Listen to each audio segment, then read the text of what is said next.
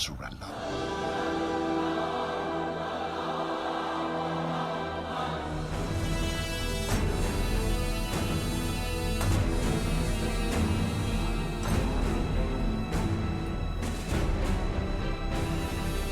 बेशक हम सब इस्कॉन वाले हैं, पर अंदर से सब हरामी पॉर्न वाले हैं। नमस्कार दोस्तों, जय श्री राम। आज मैं जिस मुद्दे की बात कर रहा हूं उसके लिए आपको ये दो तस्वीरें देखनी बहुत ज़रूरी है। तो ये पहली तस्वीर है एक विवादित film Mohammad the messenger of God के बारे में। ये ईरानियन ब्लॉकबस्टर फिल्म है और इसे भारत में बैन करने के लिए एक विवादित मुस्लिम संगठन रजा एकेडमी ने महाराष्ट्र सरकार को चिट्ठी लिखी और तुरंत ही सरकार ने एक्शन लेते हुए इस फिल्म को बैन कर दिया।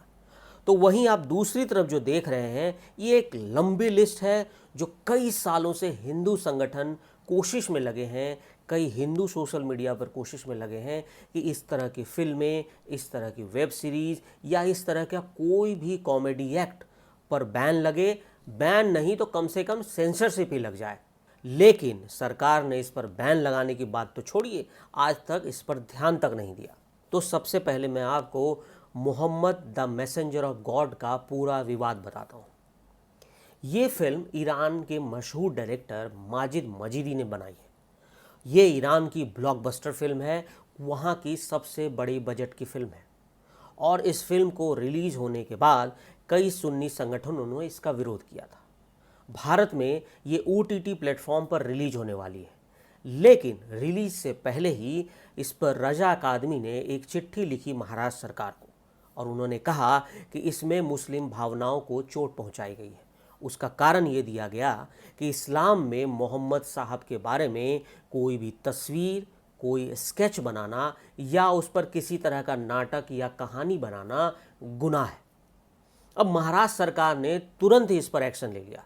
क्यों? क्योंकि ये मुस्लिम वोट बैंक का मामला था और इस फिल्म को तत्काल बैन कर दिया गया। महाराष्ट्र सरकार ने इसके लिए बजाबते केंद्र सरकार को एक चिट्ठी लिखी और उसमें ये कहा गया कि इंफॉर्मेशन टेक्नोलॉजी एक्ट के सेक्शन 69 के मुताबिक अगर कोई ऐसा नाटक या फिल्म जिससे धार्मिक भावनाओं को चोट पहुंचती है उसे बैन कर देना चाहिए। साथ ही ये भी निर्देश दिया गया है कि यूट्यूब, फेसबुक या इस तरह के जो सोशल मीडिया ऐप हैं उस पर इस फिल्म का ना टीजर चले ना ट्रेलर चले, इसके लिए भी निर्देश दिया जाए। रजा एकेडमी ने इस फिल्म पर बैन करने के पीछे एक तर्क दिया। तर्क ये दिया है कि मोहम्मद साहब को लेकर कोई तस्वीर या स्केच नहीं बनाई जा सकती। माजिद मजीदी ने 6 साल की मेहनत के बाद इस फिल्म को बनाया। इसके लिए उन्होंने इस्लामिक स्कॉलर से परमिशन ली।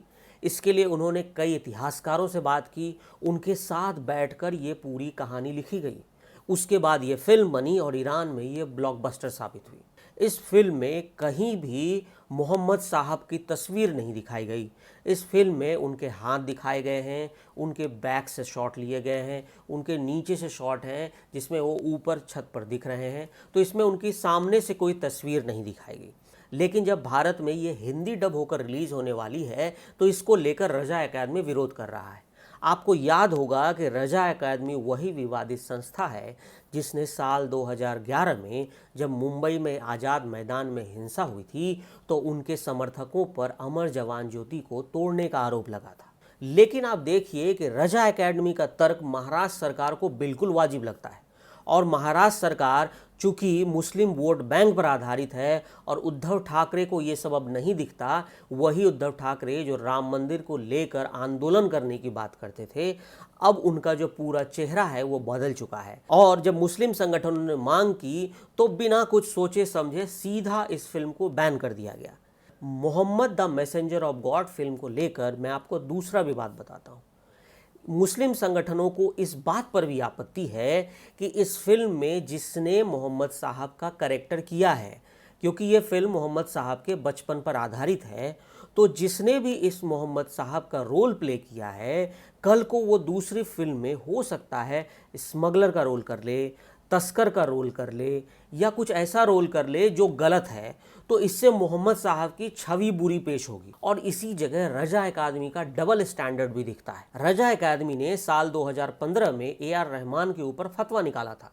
फतवा इसीलिए जारी किया था कि उनका कहना था कि Mohammad the messenger of God film में मोहम्मद साहब का अपमान किया गया है और ए.आर. रहमान इस बात को जानते हुए भी उन्होंने इस फिल्म में म्यूज़िक दिया, तो उन्होंने उसके खिलाफ फतवा निकाल दिया। लेकिन जब आमिर खान ने पीके फिल्म की जिसमें हिंदू धर्म का अपमान किया गया तो उन्होंने उस पर कोई फतवा नहीं निकाला। इसी तरह देखिए मुनव्वर फारूकी जो एक स्टैंड अप कॉमेडियन है, उसने कॉमेडी के नाम पर श्री राम और सीता के ऊपर अपमानजनक बातें करी, लेकिन उस पर कोई फतवा जारी नहीं की। कुछ महीने पहले नेटफ्लिक्स पर एक फिल्म रिलीज हुई थी चिप्पा।